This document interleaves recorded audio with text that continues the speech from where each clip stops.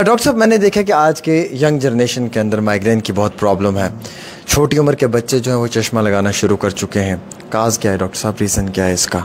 क्या माइग्रेन बड़ा common disorder भी है, मगर अगर बच्चे में पढ़ाई का स्ट्रेन हो, नींद कम करे, खाना पीना ठीक ना हो, उनको हेडेक्स होते हैं बहुत।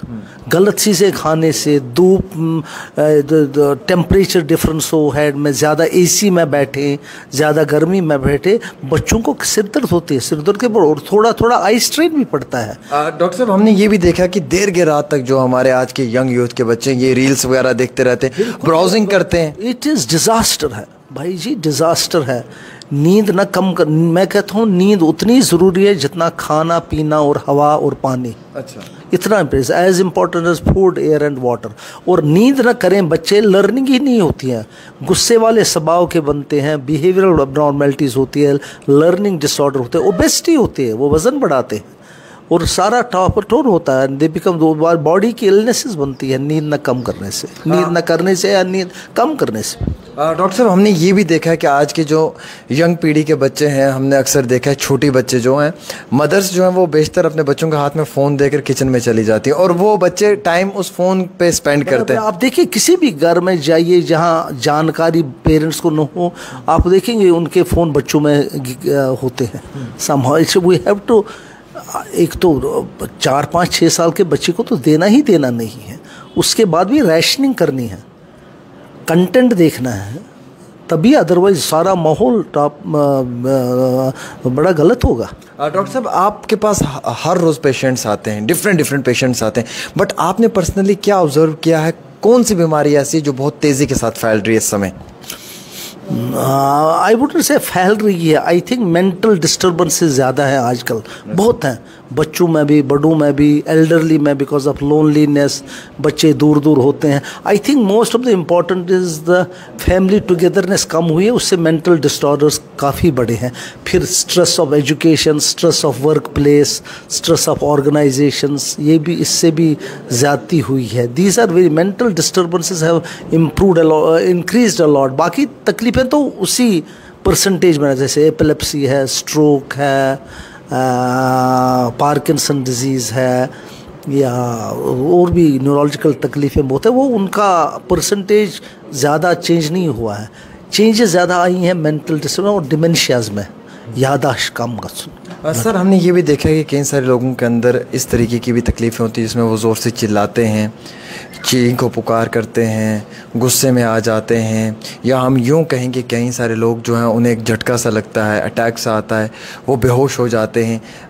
ये किस चीज़ की अलामतें हैं सर? आपने दो चीज़ें, एक तो हुआ बिहेवियरल डिसऑर्डर, जिसमें कोई बंदा बड़ा जोश में आता है, लड़ाई झगड़ा करता है, या इसके कई कारण, या तो ये स्ट्रेस से होता है, कभी कभी तकलीफ़ें भी होती हैं अंदर से, जिनको MDP कहते हैं, या मैनिया कहते हैं, या साइकोसिस कहते हैं, साइकोटिक डिसऑर्डर्स।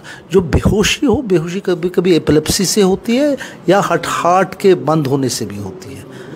आम बेहोशी जिसमें झटके हो, एपिलेप्सी होती है। कभी कभी 60 साल का बंदा एकदम बेहोश गिर गया, उसका कभी हार्ट ब्लॉक होता है, और इसके लिए चेकअप करना बड़ा लाजमी और ज़रूरी होता है। डॉक्टर साहब, घर में ही जब कभी हमारे सर में दर्द होता है तो पैरासीटामोल का इस्तेमाल कर लेते हैं, या बाकी दवाइयों का, टैबलेट्स का हम इस्तेमाल करते हैं, सेल्फ मेडिकेशन, गूगल या यूट्यूब से पढ़कर इलाज शुरू कर देते हैं अपना।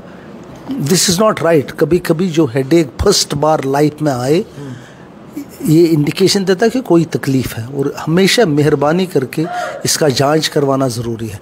जो हेडेक बहुत सालों से हो, बहुत देर से हो, और सारा चेकअप नॉर्मल हो, वहाँ कभी खुद भी खाए कोई इशू नहीं, but first time headache which has come first time in life should be shown to a doctor. सर, आधे सर को दर्द होना, ऐसी अलामतें आना आज के बच्चों में, इससे क्या ज़ाहिर होता है? माइग्रेन का सिम्टम होता है, बच्चों में भी होता है काफ़ी माइग्रेन। आजकल के बच्चों में ज़्यादा, मैंने कहा ना, स्ट्रेस स्ट्रेन से ज़्यादा होता है, नींद कम करने से ज़्यादा होता है, टेम्परेचर एक्सट्रीम से ज़्यादा होता है, या उनकी फैमिली में ही किसी को होता है, वो इनहेरिट करते हैं। आपका क्या पैगाम रहेगा फाइनली जम्मू कश्मीर के आवाम के नाम, और बिलखसूस जो बच्चे अपने इम्तिहान के लिए प्रिपेयर कर रहे हैं, कि कितना टाइम पढ़ना? बच्चों के लिए, बच्चों को सबसे ज़रूरी है नींद ठीक करना, स्पोर्टिंग एक्टिविटी काफ़ी करना, और फिर पढ़ाई करना। Sleep, study and do sports, 3 S। Sleep, study and sports, ये तीनों चीज़ जरूरी ये mantra of people to achieve huge success. देश सब चैंपियन बनेंगे, हमारे बच्चे सब चैंपियन बनेंगे इन 3 चीज़ों से। डॉक्टर साहब, मैंने ये भी देखा है कि कश्मीर को बहुत मोहब्बत है आपसे, और आपको भी कश्मीर से। ज़बरदस्त। आपकी रूट्स कश्मीर से ही होंगी? रूह भी वहीं, रूह भी वहीं है। क्या बात है जी। हमारे साथ एक ऐसी शख्सियत जिनसे आप वाकिफ़ हैं, जिनके यहाँ बहुत समय लगता है पहुँचते पहुँचते, मुलाकात करते, लेकिन मेरे उस सवाल का जवाब नहीं दिया डॉक्टर साहब ने कि आपके हाथ में इतनी शफा कैसे है। उस चीज़ का जवाब नहीं दिया इन्होंने, उस बात को घुमा दिया। फिर कभी आएंगे और फिर पूछेंगे कि इस हाथ में इतनी शफा कैसे है। जो आज कहीं पे भी अगर इलाज नहीं है तो यहाँ पे इलाज लाजिम और ज़रूरी है। बिलखसूस आज के नौजवान पीढ़ी के बच्चों के लिए सबसे बेहतरीन चीज़ यह है कि वो स्ट्रेस से दूर रहें, जितना पढ़ते हैं उतना ही स्पोर्ट्स एक्टिविटी में वो अपने आप को जो इन्वॉल्व करें, और बिलखसूस वालिदैन के साथ एक बेहतरीन और एक प्यारा रिश्ता कायम रखें। अगर आपके वालिदैन के साथ आपका रिश्ता अच्छा है तो यकीनन तौर पे आपकी परवरिश और आपकी आती नस्ल के लिए भी वो बेहतरीन साबित हो सकता है। बच्चों को मोबाइल फ़ोन कम दें, और बिलखसूस जो है वो आज के इस एडवांस टेक्नोलॉजी के दौर में भी जो है वो आज के सिस्टम के साथ अगर चल रहे हैं तो लाजिम उतना ही इस्तेमाल करें जो आपके लिए जानी नुकसान ना हो।